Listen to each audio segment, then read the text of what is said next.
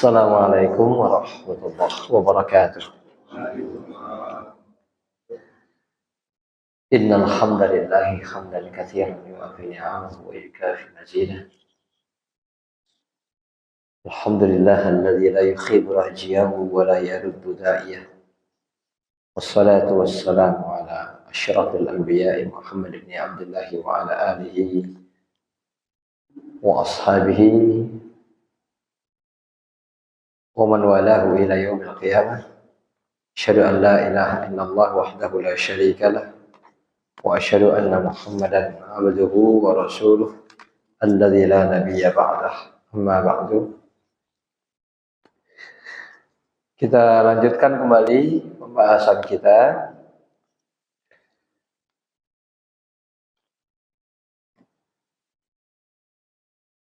pada akhir pertemuan kemarin sudah disampaikan. Kita bacakan qaul atau ucapan dari Syekhul Islam Ibnu Taimiyah yang menjelaskan tentang beberapa sifat Al-Quran, ya, kriteria Al-Quran, sifat Al-Quran, ya, yang diantaranya pada halaman 12 ya, akhir pembahasan kita, wala taltabisu bihil alsun, di mana Al-Quran itu memiliki bahasa di mana lidah kita nggak akan belibet ya, nggak akan kesulitan mengucapkannya. Dan sudah disampaikan oleh Syekh Muhammad Shalih Al-Utsaimin bahwasanya di kalangan bangsa Arab membaca Al-Quran itu menjadi sesuatu yang sangat indah dan mudah karena dituliskan dengan bahasa Arab yang fasih. Dan bagi kita masyarakat Ajam pun Allah memberikan kemudahan buat kita untuk melafalkan, ya, belajar, kemudian melafalkan, membaca dan menghafal Al-Quran. Dan itu bagian daripada mukjizat yang ada di dalam Al-Quran. Kemudian kita bacakan selanjutnya, wa qauluhu wa la yakhlaqu min kathratit tardid. Tidak usang meskipun diulang-ulang. Ya, ini sudah dijelaskan juga pada pertemuan yang lalu. Ini nggak saya bacakan lagi penjelasannya. Bahwasanya Al-Quran itu meskipun dibaca berulang-ulang pada hati yang masih bersih dan jernih, yang masih ada nilai-nilai keimanan di dalamnya, maka tidak akan membuat seseorang itu mengalami kebosanan dan kejemuan. Ya, setiap kali diulang, ya, setiap kali dibaca tidak membuat kita bosan untuk membacanya. Berbeda dengan ucapan manusia, seindah apapun ucapan tersebut, ya, kalau diulang-ulang pasti suatu saat akan bosan. Dan terakhir, wala tanqadi ajaibuh,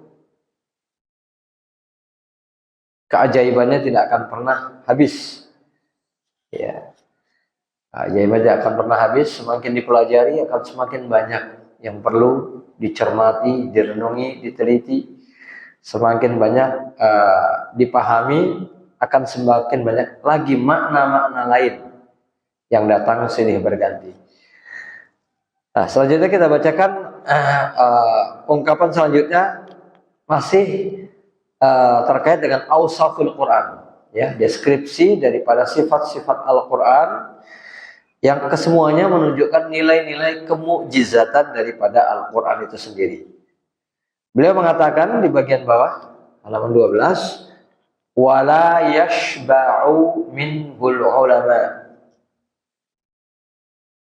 Jadi Al-Quran itu tidak bisa atau tidak bisa membuat para ulama itu kenyang mempelajarinya. La yashba'u minhul ulama artinya membuat para ulama itu selalu lapar untuk mempelajari isinya. Ya, secara ringkas maknanya begitu. Man qala bihi shadaqa. Orang yang berpendapat dengan Al-Quran maka dia benar. Qala bihi, qala kalau setelahnya ada kata bi itu artinya berpendapat. Ya, bukan mengucapkan, bukan mengatakan. Ya, man qala bihi, siapa yang berpendapat dengan menggunakan Al-Quran sebagai dalilnya gitu ya, Quran sebagai rujukannya, maka dia akan benar. Bukan mengucapkan Al-Quran berarti benar, artinya bisa salah. Itu bisa seperti cerita di masa lalu, itu ada seorang yang digelari dengan An-Natiqu bil Quran, ya. An-Natiqu bil Quran, dia salah memahami Al-Quran, dan itu sangat masyhur di kalangan para ulama yang menunjukkan betapa ada orang yang begitu salah pahamnya sampai terjebak dalam kesalahan tersebut. An-Natiqu bil Quran ini dia menganggap bahwasanya kalau dia sudah mengucapkan Al-Quran maka dia selalu berada dalam kebenaran. Jadi setiap kali dia ditanya, apapun yang ditanya dijawab dengan ayat Al-Quran. Ya. Ya, kalau dia nanya orang juga misalnya ya, nanya orang fa'aina tadhhabun. Ya, ada ayatnya begitu. Ya. Ya terkadang ketika dia mengucapkan itu konteksnya pas, tapi kadang-kadang bisa lari dari konteks yang sesungguhnya. Yang ditanya apa, jawabannya karena dia nggak mau berbicara kecuali dengan Al-Quran. Fadalla wa adal, akhirnya justru sesat dan menyesatkan. Jadi bukan itu yang dimaksud dengan qala bihi shadaq ya. Tapi qala bihi, orang yang berpendapat dengan Al-Quran maka dia akan benar. Wa man amila bihi ujir. Ya, ujira. Siapa yang mengamalkan Al-Quran, nah ini kalau amila bi baru mengamalkan ya. Dalam bahasa Arab kita mengamalkan hadis, a'malu bil hadis. Ya. Amila bi itu artinya mengamalkan. Jadi enggak setiap ada tambahan bi artinya sama ya. Kalau qala bi berpendapat. Kalau amila bi itu mengamalkan. Jadi bi di sini namanya bi li ta'diyah. Nah, bak tambahan yang fungsinya menjadikan sesudahnya sebagai objek. Man amila bihi, berarti barang siapa yang mengamalkan Al-Quran, maka dia akan dapat pahala, ujira. Wa man hakama bihi adala, siapapun yang memutuskan hukum dengan Al-Quran, dia akan adil. Wa man da'a ilaihi, barang siapa yang berdakwah, mengajak orang lain mengamalkan Al-Quran, hudiya ila siratin mustaqim. Ini bisa dibaca dua-duanya. Bisa hada ila siratin mustaqim. Kalau hada itu berarti dia akan mengajak orang ke jalan yang lurus. Kalau hudiya ila siratin mustaqim berarti dirinya sendiri. Berarti dia akan dituntun Allah menuju jalan yang lurus. Jadi orang yang berdakwah itu ya, ketika dakwahnya itu benar, berarti dia ngajak orang ke jalan yang lurus, benar artinya. Ya. Begitu juga orang yang mengajak ke jalan yang lurus, dia sendiri juga akan dibimbing oleh Allah menuju jalan yang lurus. Wa man ahsanu qawlan mimman da'a ila Allah wa amila shalihan, dan seterusnya. Ya, jadi tidak ada orang yang lebih baik ucapannya daripada orang yang mengajak ke jalan Allah. Jadi itu masuk min afdalil a'mal. Jadi boleh dibaca dua-duanya ya. Bisa hudiya ila siratil mustaqim atau hada ila siratil mustaqim. Kalau kita mengacu kepada konteks gaya bahasa sebelumnya, ujira ya, itu lebih tepat dibaca dengan hudiya. Tapi kalau kita melihat kepada konteks adalah di sini bisa juga dibaca hada ya, meskipun secara konteks bahasa siyaqul kalam itu lebih tepat yang pertama. Wa man tarakahu min jabbarin qasamahullah, dan setiap jabbar yang meninggalkan Al-Quran, ya, jabbar ini orang yang angkuh, sombong ya. Kalau dalam bahasa fiksi jabbar itu artinya raksasa ya. Jabbar itu raksasa. Jadi kalau dalam bahasa Arab keseharian, jabbar itu orang yang angkuh, sombong ya. Nah, setiap orang yang sombong yang meninggalkan Al-Quran, qasamahullah, akan Allah patahkan punggungnya. Qasamahullah. Wa man ibtagha al-huda, siapa yang mencari petunjuk fi ghairihi dari selain Al-Qur'an, adallahullah, akan Allah sesatkan. Nah, ini matan dari Syekhul Islam Ibnu Taimiyah yang masih menjelaskan tentang awsaful Quran, beberapa sifat-sifat Al-Quran, ya, yang menunjukkan nilai-nilai kemukjizatan Al-Quran. Kemudian dijelaskan oleh beliau, rahimahullah, Syekh Muhammad Salih Ibnu Al-Utsaimin, kullu hadhil awsafi, semua kriteria yang disebutkan tentang Al-Quran ini, kata beliau, haqqun, betul adanya. Ya'rifuhal muta'ammilu, setiap orang yang mencermati, yang menyelami, pasti akan memahaminya. Kenapa begitu, kata beliau? Fa innal ulama, karena para ulama memang la yashba'una minhu, tidak pernah kenyang, tidak pernah puas maksudnya dalam mempelajari Al-Quran, ya, tidak akan pernah puas dalam mempelajari Al-Quran. Ya, jadi para ulama mempelajari Al-Quran min jawanib syatta, dari berbagai sudut, ya. Jadi ada yang sangat keranjingan belajar Al-Quran, memadu padankan dengan hadis-hadis Nabi, ya. Jadi belajar ulumul hadis, tapi fit tafsir, di dalam tafsir itu banyak yang mutakhassisun dalam hal itu. Jadi belajar ilmu hadis yang mendalam, tapi dalam konteks tafsir Al-Quran. Ada yang memadu padankan dengan usul fikih, ya, belajar usul fikih yang dalam, kemudian kaidah-kaidah itu diselaraskan dengan ayat-ayat Al-Quran, ya. Jadi belajar ilmu usul fikih dan mengembangkan pemahaman fikih dalam tafsir, ya. Dan ada yang muta'ammiqun fil arabiyyah, belajar bahasa Arab sedalam-dalamnya sambil belajar Al-Quran. Setiap Al-Quran ayat per ayat dibahas kata per katanya. Nah, masing-masing di antara ulama yang mutakhassisun ini nggak habis-habis membahas, padahal yang mereka bahas kadang-kadang fokusnya hanya pada satu sisi, pada sisi yang lain hanya sebagian saja. Itu pun tidak kelar-kelar, ya. Kira-kira begitu. Wa kullama kanal insanu, setiap kali orang itu billahi a'lama, lebih mengenal Allah, kanal insan billahi a'lama wa bi syar'ihi a'lama, dia akan lebih mengenal syariatnya, ya. Jadi orang yang lebih mengenal Allah, lebih dalam mengenal Allah, akan lebih mengenal syariatnya. Karena li kitabihi ahabba, dan demikian juga dia akan lebih cinta terhadap Al-Quran, ya. Dia akan lebih cinta terhadap Al-Quran. Jadi orang yang lebih dekat dengan Allah akan lebih banyak belajar syariatnya. Kalau lebih banyak belajar syariatnya, akan lebih cinta terhadap Al-Quran. Maka ini sering diingatkan, ya, udah sering kita sampaikan juga, ya. Jadi kalau ada di antara kita kok kedekatannya dengan Al-Quran, ya, makin hari makin jauh, jarang menyentuh, jarang baca, apalagi menghafal, ya, hal Al-Quran atau mushaf semakin menjadi pajangan, ya, sampai kadang-kadang lupa naruhnya di mana, ya. Saking udah parahnya, ya, ya. Jadi hal yang sudah seperti menjadi kebiasaan sebagian orang, ya, bahwa yang namanya Al-Quran itu wajar kalau ditemukan dalam kondisi sudah berdebu, ya, ya.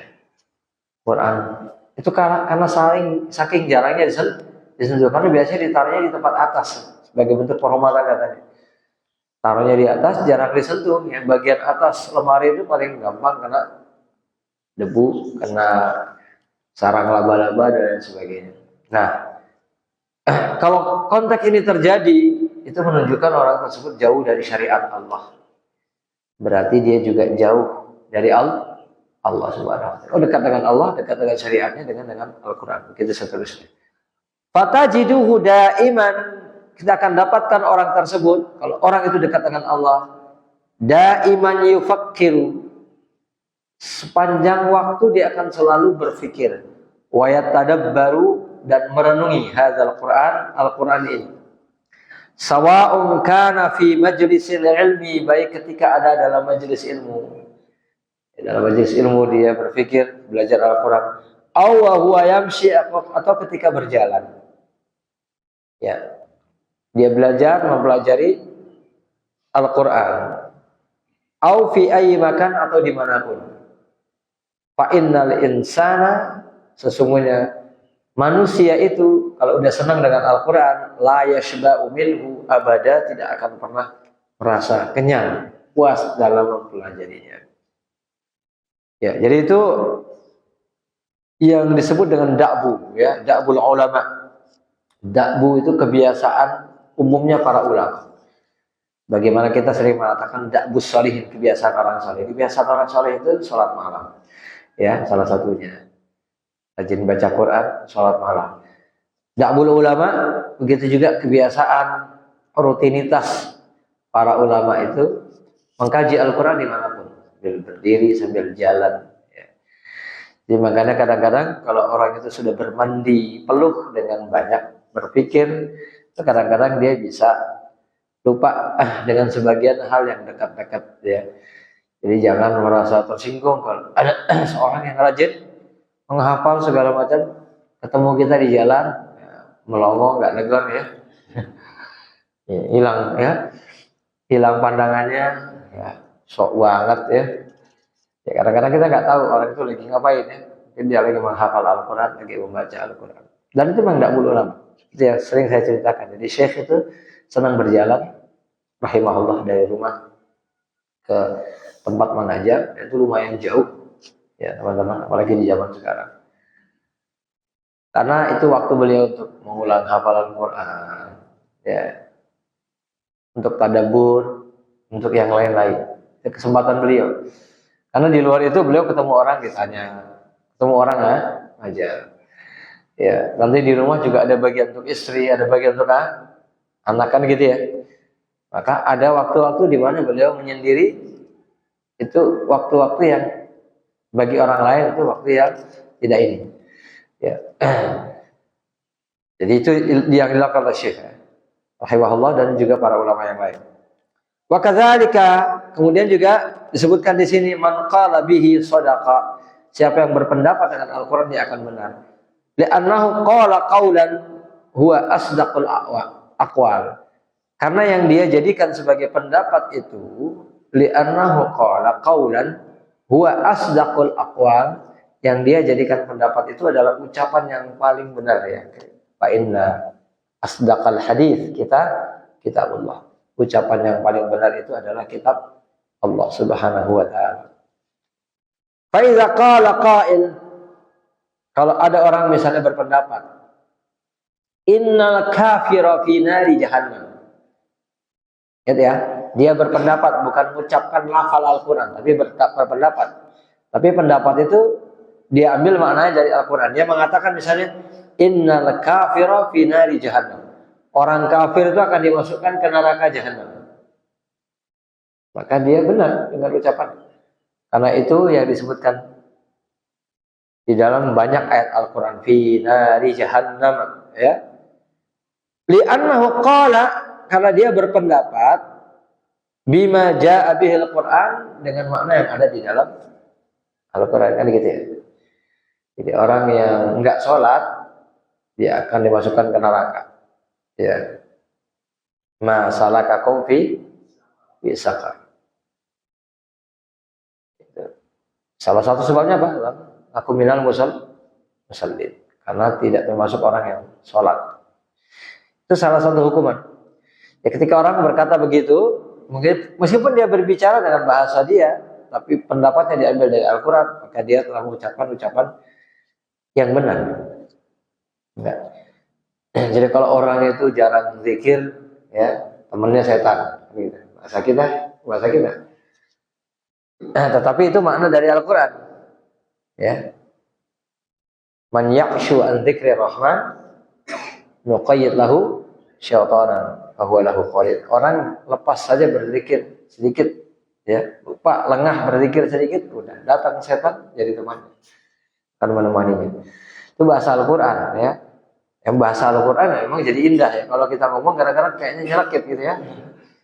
Ya, kalau jarang mikir ditemenin setan, kayaknya nyelekit banget ya. Padahal itu yang kita ucapkan dapat dari Al-Quran ya. Jadi kalau ada orang ngomong kelihatannya nyelekit, kalau maknanya benar ya udah terima aja ya.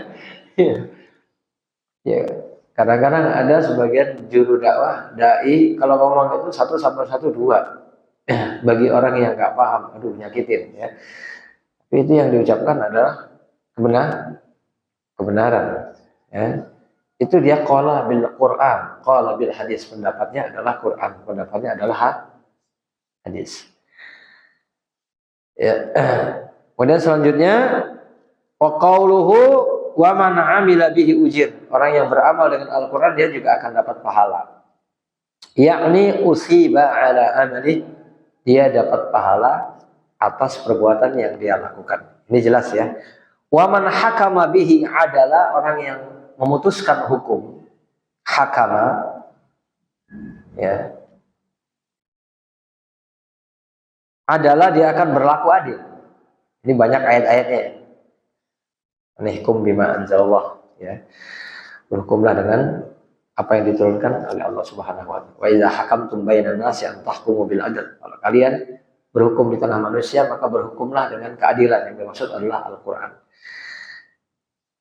Man hakama bihi adalah orang yang memutuskan hukum dengan Al-Qur'an, maka dia bersikap adil. Sawa'un kana al-hukmu faslan.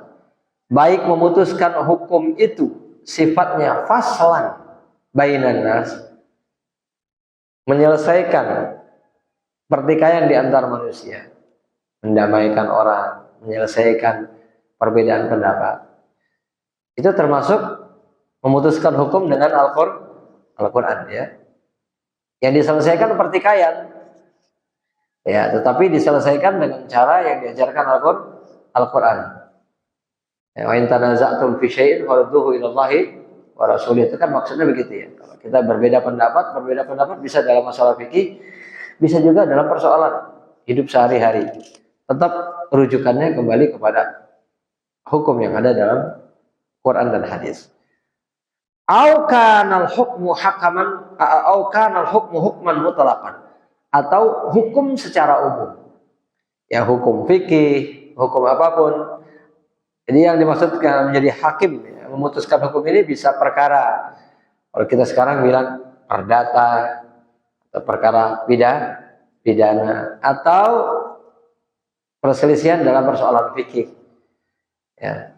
Siapa yang menggunakan Al-Quran dengan cara yang benar, dengan makna yang benar, maka dia telah berlaku adil. Faman qala, contohnya orang yang mengatakan innal maitata haramun. Bangkai itu haram, itu bahasa dia. Fakat adalah selain dikatakan dia benar, di satu sisi dia telah berhukum dengan adil. Ini kan memutuskan hukum. Halal haram itu kan termasuk memutuskan hukum. Bangkai itu haram. Karena Al-Quran sudah menyebutkan hurrimat alaikumul maitatu wad-damu wa lahmul khinzir dan seterusnya. Ya. Jadi ucapan dia adalah pendapat memutuskan satu hukum berdasarkan Al-Quran.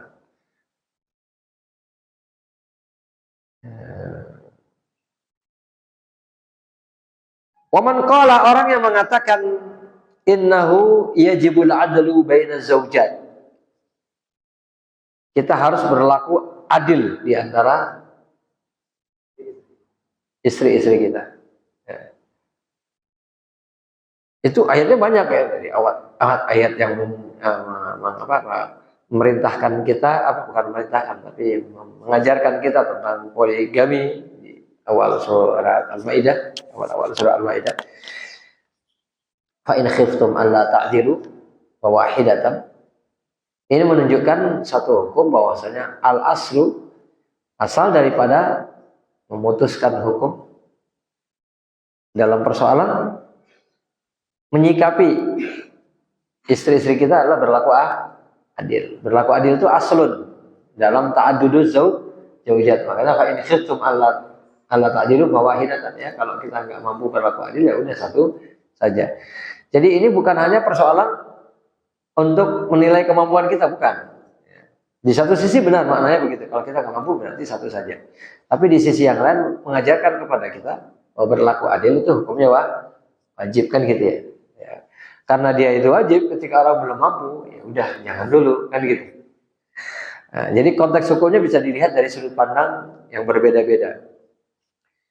Jadi orang yang mengatakan begitu, dia telah mengatakan sesuatu yang adil berdasarkan Al-Quran. Jadi dia berkata tentang keadilan, tapi ucapannya juga adil ya. Meskipun Al-Quran juga menegaskan lan ta'dilu bainan nisa'i walau harastu ya. Kita juga nggak mungkin bisa berlaku adil meskipun kita berusaha. Nah, tapi nanti dijelaskan ada adil yang memang merupakan kewajiban kita dan ada bagian yang memang bukan bagian kita. Kalau adil di dalam membagi jatah, adil dalam memberikan apa yang menjadi hak masing-masing, itu wajib bagi kita. Tapi keadilan dalam hal-hal yang di luar konteks kita untuk bisa melakukannya, itu Allah memaafkan kita. Salah satunya konteks dalam kasih cinta kasih. Nah ini kan istri, anak aja kadang-kadang ada kecenderungan kita sama anak ini lebih sayang dari yang lain. Ya, kasih sayang datang dari Allah. Memang sebabnya macam-macam. Ada yang anak yang ketika lahirnya susah banget gitu ya, akhirnya hidup juga. Dia orang tuanya lebih sayang sama dia dari yang lain. Ya gitu ya. Ada yang karena tingkah lakunya. Ada yang karena ya katanya ada kalau anak itu mirip banget ya, jadi gampang berantem gitu ya. Mirip banget sama bapaknya, sering berantem sama bapaknya, mirip banget sama ini. Karena kemiripan, jadi kadang-kadang sering kontradiksi ya. Sama-sama keras misalnya, ya kesenangannya sama, jadi berebutan macam-macam ya. Jadi akhirnya cinta satu terhadap yang lain bisa, apakah itu salah? Enggak salah. Karena cinta itu dari Allah. Ya. Karena kecintaan itu dari Allah Subhanahu Wa Taala. Kita mengaji sama guru juga bisa beda-beda tentang rasa senang kita satu dengan yang lain. Makanan juga bisa beda-beda. Saya lebih senang makanan ini. Nah, itu nggak ada hukumnya itu ya. Antum nggak adil, itu orang Indonesia lebih senang makanan ini daripada itu. Nggak ada hukumnya. Karena itu sesuatu yang datang dari Allah ya. Jadi itu yang dalam konteks ini orang yang mengatakan berlaku adil di antara sesama istri dalam hal, sekali lagi ya, yang memang diwajibkan di dalamnya itu wajib, maka dia telah berkata dengan adil. Li'anna hadzal hukmu li'anna hadza huwal hukmu bisa ya. Li'anna hadzal hukma fil Qur'ani. Itu lebih tepat tapi ya. Karena hukum inilah yang ada di dalam Al-Qur'an. Jadi bisa dibaca dua sebenarnya. Li'anna hadza al-hukmu fil Qur'an boleh ya. Atau li'anna hadzal hukma fil Qur'an. Jadi kalau kita baca li'anna hadza al-hukmu fil Qur'an karena inilah hukum yang ada dalam Al-Qur'an. Itu terjemahannya. Tapi kalau li'anna hadzal hukma karena inilah hukum dalam Al-Qur'an. Ya. Jadi dua-duanya benar ya. Bisa dibaca dua-duanya. Jadi kalau yang ada yang baca li'anna hadza al-hukmu fil Quran, waduh gak ngerti bahasa Arabnya ya. Kan di anna hadzanya mansub. Al hukmu itu jadi khabarnya. Jadi takdirnya di anna hadza huwal hukmu fil Quran. Ya yang belajar bahasa Arab ya. Wa man qala faman i'tada 'alaikum fa'tadu 'alaihi bimisli ma i'tada 'alaikum faqad adal. Ini bahasanya menggunakan iktibas, mirip dengan bahasa Al-Quran. Orang yang mengatakan faman i'tada 'alaikum, kalau ada orang kafir yang menyerang kalian, bahasa umumnya begitu. Seranglah dirinya sebatas dia menyerang kalian. Ini kan sikap terhadap orang-orang kafir kan beda-beda ya. Kafir itu ada yang harbi, ada yang memerangin, ada yang enggak. Ketika tidak, maka kita bisa hidup berdamai dengan mereka. Tapi kalau mereka memerangi kita ya, kita memerangi mereka. Nah ini bahasanya langsung bahasa Al-Quran, namanya iktibas.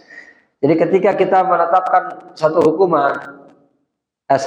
ya, memutuskan satu hukum atau menjelaskan satu hukum, kita bisa menggunakan bahasa kita tapi maknanya dari Al-Quran. Tapi kita bisa langsung menggunakan lafal yang ada dalam Al-Quran. Dan itu namanya iqtibas. Ya. Dalam bahasa balaghah namanya iqtibas. Dan iqtibas itu boleh relevan, boleh nggak relevan. Jadi boleh kita menggunakan iqtibas bahasa Al-Quran untuk bahasa sehari-hari yang maknanya beda. Tapi kita nggak berdalil. Nggak konteksnya benar, kita berdalil. Tapi hanya menggunakan bahasa Al-Quran saja. Ya. Ya. Kita menggunakan dalil bisa kullun ya'mal ala syakilati, tapi bahasanya yang kita ambil. Ya, enggak apa-apa, itu namanya iqtibas. Tapi konteksnya bukan berdalil, ya. Ini ada dalil dalam Al-Qur'an ini ya. Nah, kalau berdalil kita harus sesuai dengan konteks hukumnya. Tapi kalau menggunakan bahasa saja boleh. Itu namanya iqtibas. Dan itu bukan istihza ya. Kecuali dengan bahasa mengejek, itu istihza. Istihza itu menghina Al-Qur'an. Kalau iqtibas itu justru bagus. Kita menggunakan keindahan bahasa Al-Quran untuk kita sadur, dijadikan keindahan dalam bahasa sehari-hari, nggak jadi masalah. Ya. Dan itu banyak digunakan oleh para ulama ya. Jadi namanya iqtibas. Iqtibas itu kalau bahasa kitanya nyontek, ya. Nyontek bahasa Al-Quran. Jadi nanti ada konteks berdalil, ada konteks nyontek bahasa aja. Ya, sekali lagi, selama tujuannya bukan istihza. Karena ada orang nyontek bahasa Al-Quran tapi untuk lucu-lucuan, ya. Nah, ini nggak boleh. Ini istihza. Ini menghina Al-Quran. Ya. Tapi kalau justru untuk memperindah bahasa, itu nggak jadi masalah.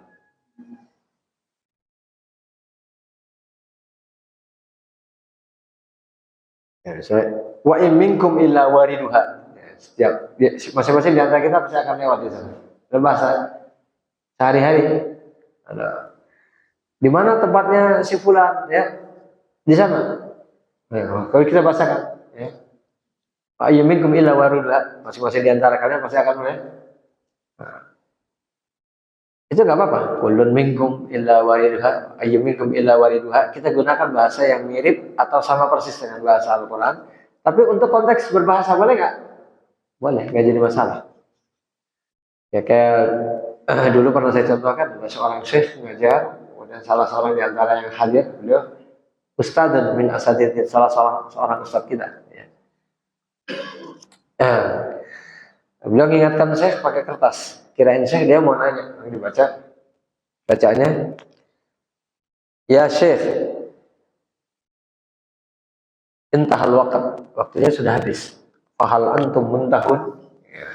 Fahal antum muntahun itu bahasa Al-Quran. Ya. Ya. Tapi dalam bahasa kita bisa artinya udah selesai belum? Tapi dengan menggunakan bahasa Al-Quran, kalau digunakan hal intahi itu syekh, wah itu kasar malah justru. Dia menggunakan bahasa yang saya juga nggak sampai. Syekhnya itu membacakan itu dengan suara keras. Ya syekh, intahal waktu fahal antum muntahun. Saya ini ketawa sambil ngomong nahnu muntahun. Iya, kita selesai kata saya. Ya, itu termasuk apa? Iktibas. Ya. Ini di sini yang digunakan adalah bahasa iktibas, jadi nggak masalah. Kadzalika yaqul, kemudian selanjutnya beliau mengatakan wa man da'a ilaihi hada ila siratal mustaqim atau hudiya ila siratal mustaqim. Siapa yang mengajak menuju Al-Qur'an, maka dia mengajak ke jalan yang lurus. Ai man da'a ila Al-Qur'an, siapapun yang berdakwah mengajak kepada Quran, li'annahu hudallahi azza wa jalla, karena Al-Quran itu adalah petunjuk Allah. Fal insanu idza da'a ila Al-Quran, kalau orang ngajak mengamalkan Quran, faqad hada ila siratal mustaqim, berarti dia ngajak ke jalan yang lurus.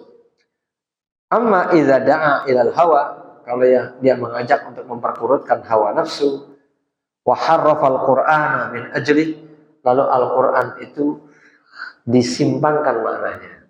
Dia menggunakan Quran juga nih, seolah-olah ngajak ke Al-Quran, tapi maknanya disimpangkan untuk mengajak orang lain hawa nafsu, kepada hawa nafsu ya. Fa innahu yadhil, maka dia sesat. Ya. Bahkan kadang-kadang meskipun tafsirnya secara umum benar, itu belum tentu ajakannya itu benar. Jadi ada sebagian di antara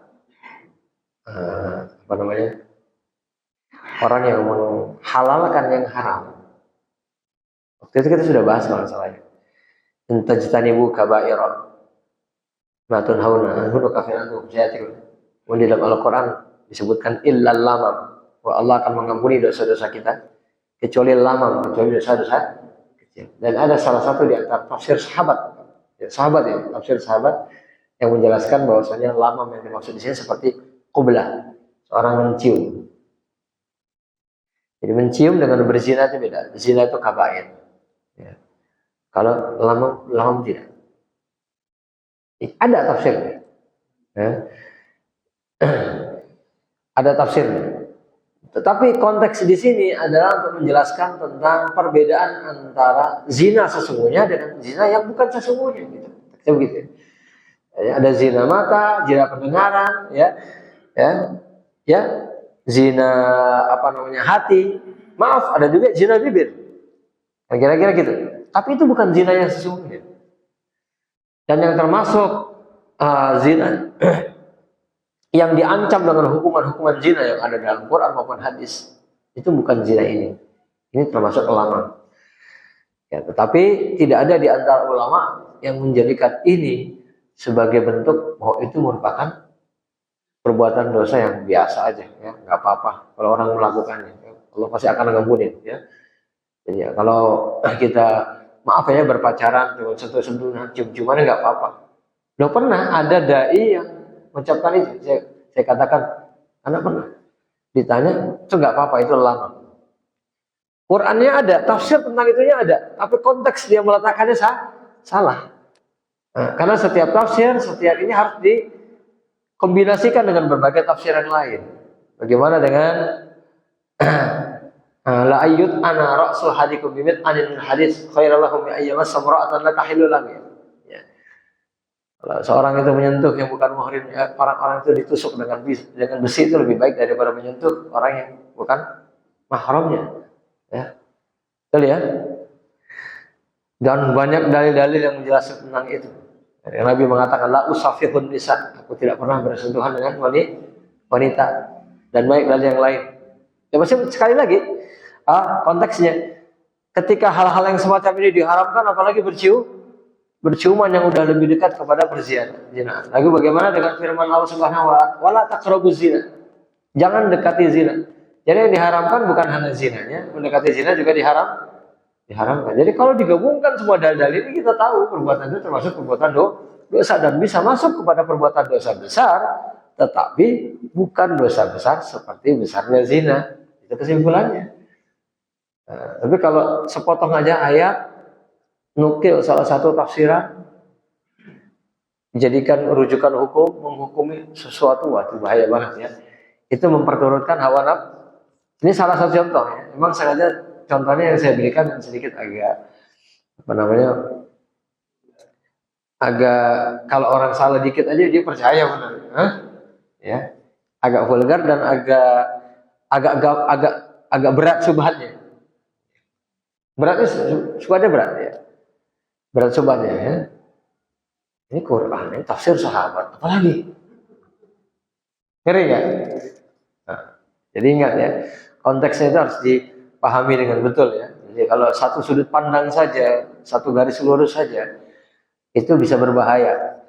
Nah ini kenapa saya berikan sebagai contoh. Ini kata beliau, penjelasan dari Syekh ya. Ya kalau kita baca ini mungkin kita nggak ngeh betul apa yang beliau maksud. Ya. Jadi kalau orang ngajak kepada Qurannya betul-betul ngajak kepada Quran, dia ngajak ke jalan yang lurus. Tapi kalau yang diajak sebenarnya untuk memperturutkan hawa nafsu, tapi kemudian Qurannya disimpankan, nah ini fa'innahu yadil, tetap sesat. Ya. Jadi ingat ya, berdalil dengan Quran, berdalil dengan hadis, bahkan berdalil dengan ucapan para sahabat, tafsir para sahabat, nggak otomatis orang itu berada dalam hidayah. Ya. Kalau ada manipulasi di dalamnya, ya hati-hati. Walihadza qala, oleh sebab itu Syekh beliau mengatakan wa ma ibtaghal huda fi ghairihi, barang siapa yang mencari petunjuk dari selain Al-Qur'an, adallahullah, Allah akan sesatkan dia. Ya. Jadi Al-Qur'an bukan jalan untuk mencari petunjuk buat dia, justru jalan untuk mencari kesalahan, untuk melakukan kesalahan, menghalalkan yang diharamkan Allah, atau kebalikan mengharamkan yang dihalalkan Allah. Ya. Kemudian waman tarakahu min jabbarin qasamahu. Waman tarakahu min jabbar, min ini jadi min zaidah ya. Jadi artinya ayu jabbarin tarakahu. Artinya begitu ya. Man tarakahu min jabbarin. Siapapun yang meninggalkannya dari kalangan orang-orang yang sombong. Begitu kalau terjemahan kita. Tapi kalau terjemahan yang benar, setiap orang sombong yang meninggalkan Al-Quran akan dipatahkan tulang punggungnya. Wa ma'na qasama, arti qasama dalam bahasa Arab, ay qata'a dhahrahu, mematahkan tulang punggung, itu qasama. Nah, dengar kata qasim, nama pedang ya. Qasim itu yang mematahkan punggung. Walakin la yu'khad alaina annana najidu minal jababiratil an man tarakal Qur'an. Tapi kita nggak bisa disalahkan. La yu'khad alaina itu nggak bisa disalahkan dengan penafsiran ini. Kan dikatakan siapa yang meninggalkan Al-Quran akan dipatahkan tulang punggungnya, kan gitu ya. Kan tafsirnya gitu ya. Tapi nggak salah kita mengucapkan itu kalau kita mendapatkan kenyataan di zaman sekarang. Najidu minal jababirah, banyak orang yang sombong, mantarakal Quran, yang meninggalkan hukum Al-Quran, bahkan terang-terangan ngejek Al-Quran lagi. Tapi kok punggungnya nggak dihancurin oleh Allah, kira-kira gitu ya. Nah, sehat-sehat aja, ya, malah umurnya panjang. Ya. Iya, ya, malah orang yang kelihatan taat segala macam sakit-sakitan. Ini yang diazab siapa sebenarnya? Ya? Kan gitu. Nah, jadi itu bukan penafsiran yang salah. Li'annana naqul, karena dihancurkan punggung di sini, kata Syekh, ini penting ya. Qad yakunu fid dunya, itu bisa terjadi di dunia. Jadi ada orang yang ingkar terhadap Quran, yang melakukan ucapan-ucapan, benar-benar dihukum di dunia ada. Ya. Di dunia pun dia dihinakan, dihukum secara fisik ada. Qad yakunu fil akhirat, tapi kadang-kadang hukuman itu memang Allah tangguhkan untuk di akhirat. Nah, kalau udah gini biasanya salah satu di antara sebabnya justru emang dia udah kebangetan.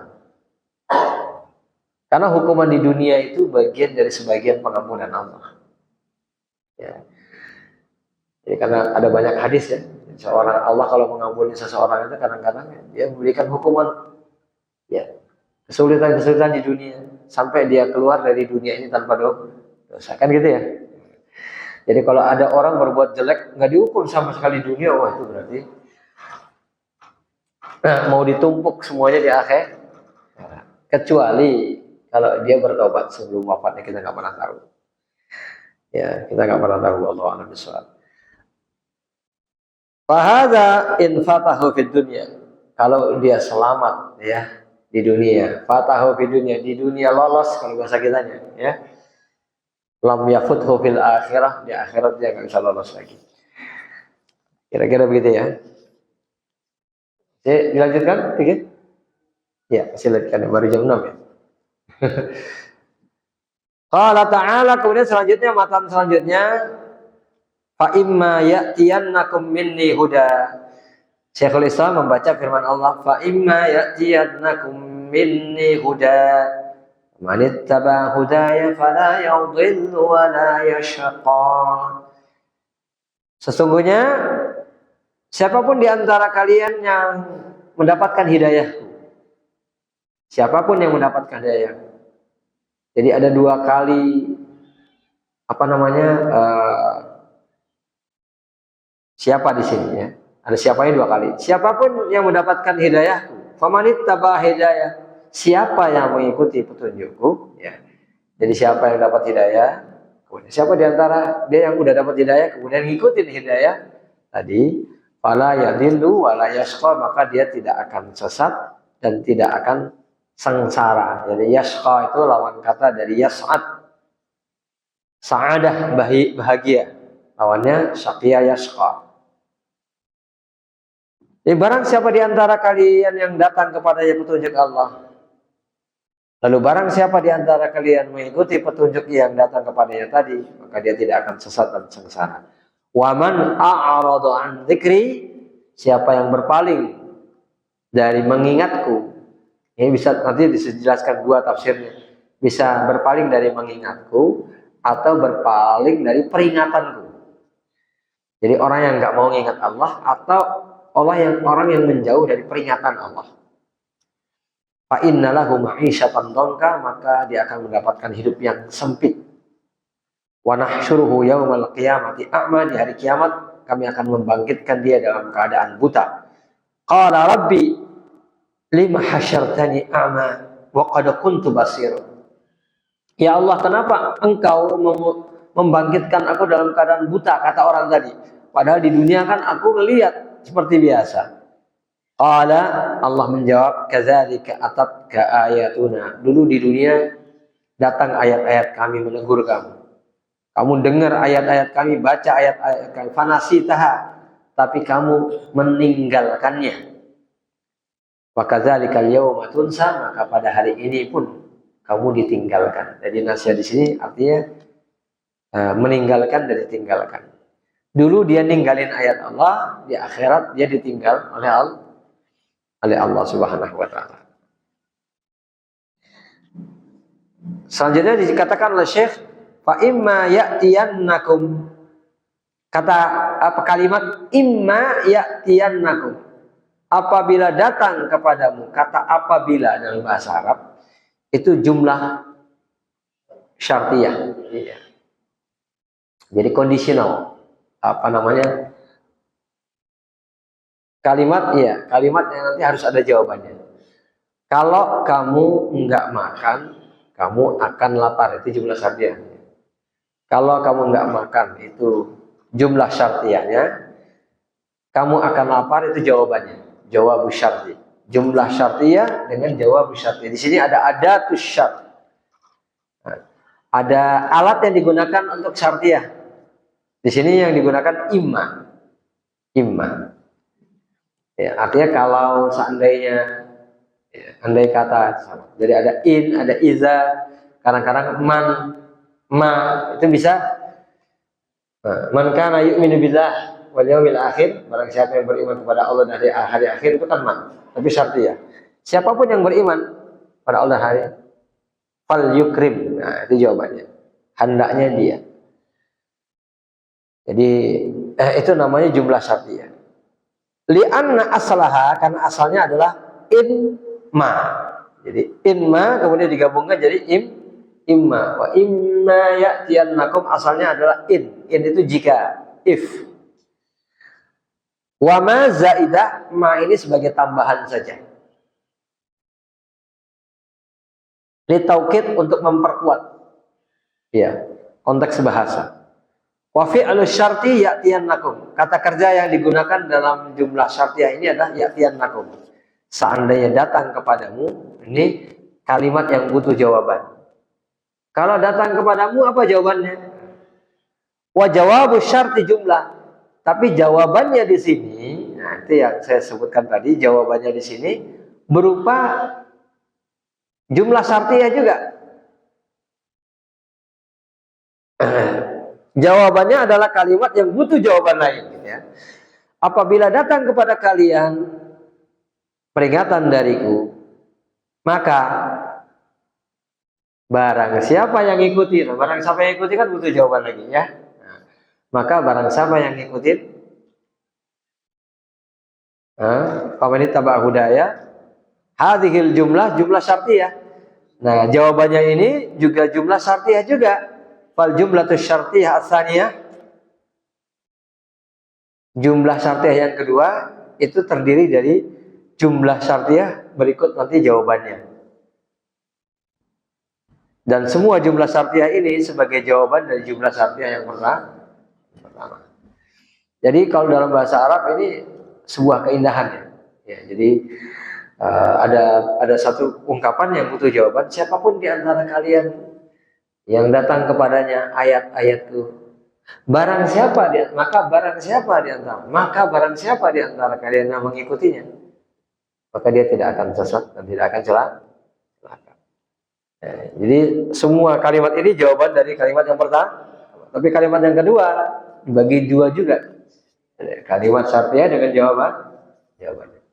Ini indah ya, jadi bagus. Tapi konteks penggunaannya itu harus tepat. Kalau enggak jadi blunder. Ya. Makanya kalau bahasa itu kalau salah gunakan kayak kemarin ya, sajak dipaksa-paksain malah gak enak ya. Ya kan? Bahasa sajak tapi dipaksa-paksain kan gak enak. Yang penting asalnya K saja ya. Nah, buah-buahan belakangnya K semua ya, semangka busuk, nangka busuk. Karena demi untuk apa? Iya. Untuk nyari apa? Nyari itu ya sajak yang dipaksakan. Jadi bukannya bagus malah jelek. Maka ini juga begitu, jumlah syartiyahnya kalau dipaksa-paksain. Ada sebagian orang kalau menjelaskan sesuatu ya, tapi kadang-kadang sengaja, kadang-kadang nggak sengaja. Dia menyebutkan begini. Ada dong, Nabi mengatakan begini, bersabda begini Allah. Nah, contohnya ada di antara kita yang mengatakan begini kepada yang lain yang ini ada yang gede, ada. Nah, contohnya. Jadi contoh di bawah contoh, ya. Ya, yang mengatakan contohnya ada di antara kalian yang mengatakan begini, ya. Dia bawa macam-macam lah, ada piring, ada ini dan barang-barang kebutuhan rumah tangga. Contohnya, ya, contoh lagi kan, bukan rumah tangga ya. Ya, termasuk macam-macam tempat tidur. Contohnya, nah, ini contoh dibalik contoh. Sering nggak? Kadang orang mengatakan begitu ya dalam konteks bahasa sehari-hari. Nah ini kalau penempatannya itu pas, itu nggak masalah. Nah, orang akan nikmatin. Biarpun itu contoh di bawah contoh. Tapi kalau konteksnya adalah orang yang karena dia nggak fokus, baru ngomongin yang satu belum kelar, udah ngobrol yang lain lagi. Malah akhirnya orang lupa dengan contoh yang pertama. Sibuk nyebutin contoh di dalam contoh, akhirnya orang lalai dengan contoh yang ini nggak boleh. Ini dalam jumlah syartiyah begitu. Boleh nyebutkan jumlah syartiyah. Jawabannya jumlah syartiyah lagi. Tapi orang nggak akan terlarikan dari apa? Jumlah syartiyah yang pertama. Itu keindahan bahasa Arab. Seperti di dalam Al-Quran ini. Kita bahkan nggak ngerasa kalau itu ada jumlah syartiyah. Fa imma ya'tiyannakum minni huda, barang siapa yang datang kepada hidayah. Famanittaba hudaya, maka barang siapa yang mengikuti petunjuk, fala yadhillu. Kita nggak ngerasa ya adanya jumlah syartiyah dengan jumlah syartiyah. Kita tetap fokus, itulah keindahan bahasa Al-Quran. La haula wala quwata illa billah. Ya. Lanjutnya begitu ya. Qaulu fala yadillu, kata Syekh, ucapan fala yadillu dia enggak akan tersesat. Ay la yadillu fi ilmi. Enggak tersesat dalam ilmunya maksudnya. Ilmunya enggak akan salah. Wala yashqa fi amalihi, dan tidak akan sengsara dalam amalnya. Ilmunya enggak akan salah, amalnya juga akan membawa kepada kebahagiaan. Wa qila la yadillu fid dunya, ada sebagian ahli tafsir mengatakan la yadillu fid dunya, tidak tersesat di dunia, wala yashqa fil akhirah, enggak sengsara di akhirat. Jadi semua tafsir itu benar ya. Tidak sesat dalam ilmunya, tidak sengsara dalam amalnya, benar. Tidak sesat di dunia, tidak sengsara di akhirat juga benar. Wal ma'nayani mutalazimani, kedua makna tafsir tadi itu saling mengikat ya. Lakinnal ghaliba, tetapi umumnya secara bahasa, annad dolala, kata dolal sesat, tapi dengan bahasa dolal ya, fi muqabalatil ilmi wal huda, itu lawan kata dari ilmu dan hidayah. Orang tersesat itu berarti lari dari ilmu, lari dari hidayah. Itu dalam bahasa Quran dan hadis, kata dolal secara umum artinya itu ya. Nanti ada dolal yang bukan dalam wilayah pembahasan ini. Dolal juga bisa artinya enggak lupa, artinya antadilla ihdahuma fatuzakkiru ihdahuma al-ukhra. Kalau salah satu di antaranya lupa, maka diingatkan sama yang lain. Itu konteks pembahasan yang berbeda. Wa anna syaqa'a, sementara sengsara, fi muqabalatis sa'adah, lawan kata dari bahagia. Syaqa sengsara, lawannya bahagia. Wa huwal anat. Ya, yang dimaksud di sini adalah anat, orang yang kepayahan, kesusahan. Itu sengsara. Jadi makanya orang yang beramal salah itu juga sengsara. Ya. Dan orang yang di akhirat nanti mendapatkan azab itu juga sengsara. Jadi dua-duanya sama-sama sengsara. Orang yang tersesat dalam ilmunya ya tersesat. Orang yang tersesat di dunia juga tersesat. Jadi artinya sama, nggak jadi masalah. Wa qauluhu wa man a'rada an dzikri, barang siapa yang berpaling dari peringatanku atau tidak mengingatku, fa innalahu ma'isyatan dongka, hidupnya akan sempit dan di hari kiamat akan dibangkitkan dalam keadaan buta. Artinya innal murada bil ma'isyatid dongki, yang dimaksud dengan hidup sempit menurut sebagian ahli tafsir adalah azabul qabri, azab kubur. Ini sebagian ahli tafsirnya. Fa innalahu ma'isyatan dongka, karena di alam kubur itu kita dihidupkan kembali. Ya, kita tidak mati selamanya di dalam, tapi dihidupkan untuk merasakan kebahagiaan atau kesusahan sebagaimana yang disebutkan dalam banyak hadis-hadis sahih. Wa annahu yadhiqu alaihi qabru, sebagaimana disebutkan dalam sebagian riwayat, kuburannya akan sempit hatta takhtalifa adla'uh, ya, sampai tulang-tulangnya berpatah-patahan, ya. Itu sebagaimana disyaratkan dalam banyak hadis, ya, tentang orang yang ketika datang malaikat maut, ya, dia kesusahan, kepayahan, merasakan rasa sakit yang luar biasa, lalu digiring dan seterusnya sampai di dalam kuburnya pun, ya, kuburan disempitkan. Maka salah satu di antara doa kita untuk orang yang sudah wafat, ya, ketika kita menyolatinya, wasi' madkhalahu, ya Allah, luaskanlah tempat masuknya dia di alam kubur. Ya. Karena itu salah satu di antara siksa Allah dalam bentuk hidup yang sempit. Wakila, tapi ada pendapat yang mengatakan innal murada bil ma'isyatid dhanki, bahwa yang dimaksudkan dengan hidup sempit ma'isyatuhu fid dunya, hidup di dunia. Sekali lagi, ini membabi ikhtilaf fit tanawwu, perbedaan pendapat yang enggak bertentangan. Jadi semuanya benar. Ya. Dia akan dapat hidup yang sempit di dunia meskipun kelihatan kaya, kelihatan banyak ilmu, banyak teman, jabatannya enak. Tapi kalau orang jauh dari agama Allah, dia akan disempitkan hidupnya. Hidup, ya, tidurnya di tempat AC empuk, ya, harusnya nyenyak malah nggak bisa tidur, ya, kan gitu ya. Makan segalanya ada, tapi nggak pernah rasanya nyaman. Masakan ada salahnya, ya. Koki udah ganti, ya tetap aja, ya kan?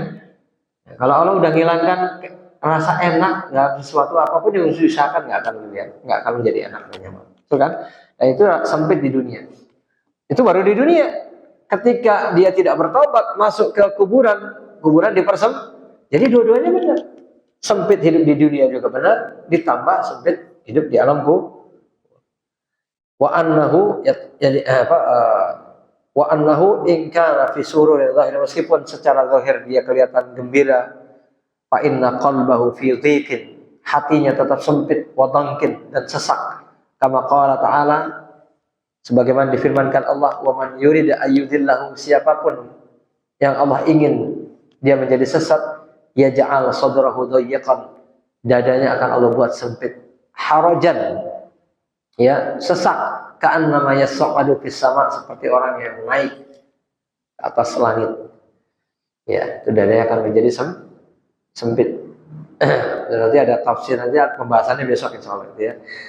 Ya, jadi ketika ada orang mengatakan dengan penemuan teknologi sekarang ternyata orang kalau naik ke tempat atas kehilangan oksigen, dada akan semakin sempit.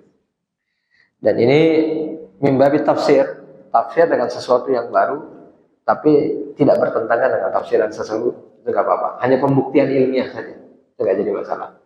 Ya. Tapi kalau berlawanan dengan tafsir yang ada, itu nggak boleh. Ini ada penemuan ilmiah begini, kok berlawanan? Nggak boleh.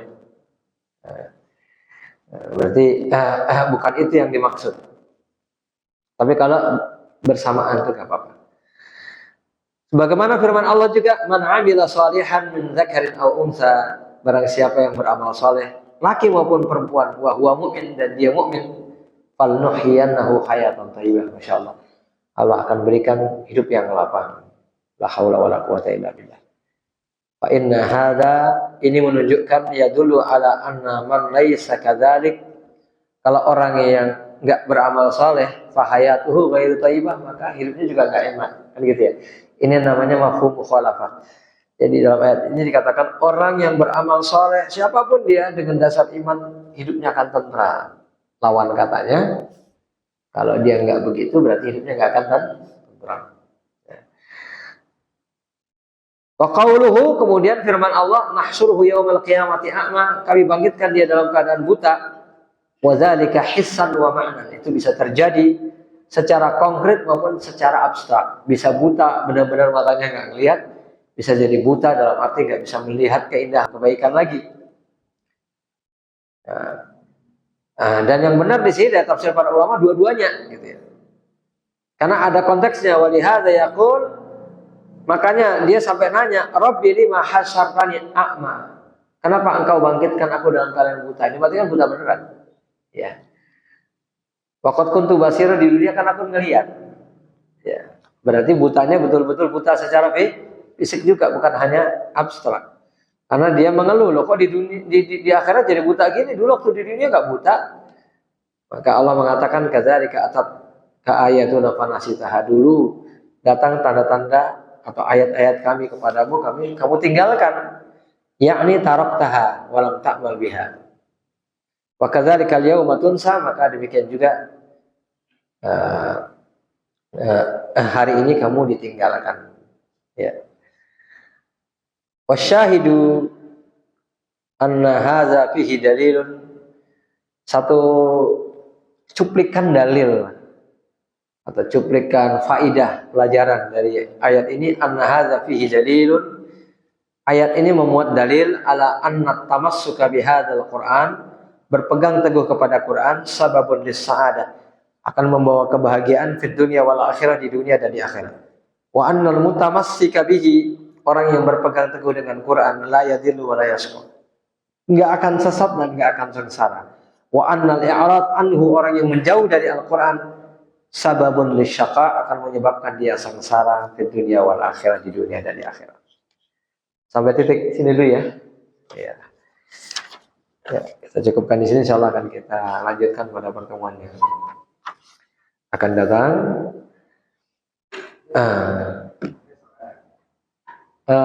Kalau mau nggak apa-apa. Sebagai ganti dari 2 malam ini kita nggak kajian, kalau besok mau ditambahin dan Anda bersedia untuk hadir nggak apa-apa. Ya, besok kita tambahkan 1 kajian lagi di pagi hari. Ya, nggak apa-apa. Kita lanjutkan yang ini aja. Ya, besok pagi insya Allah.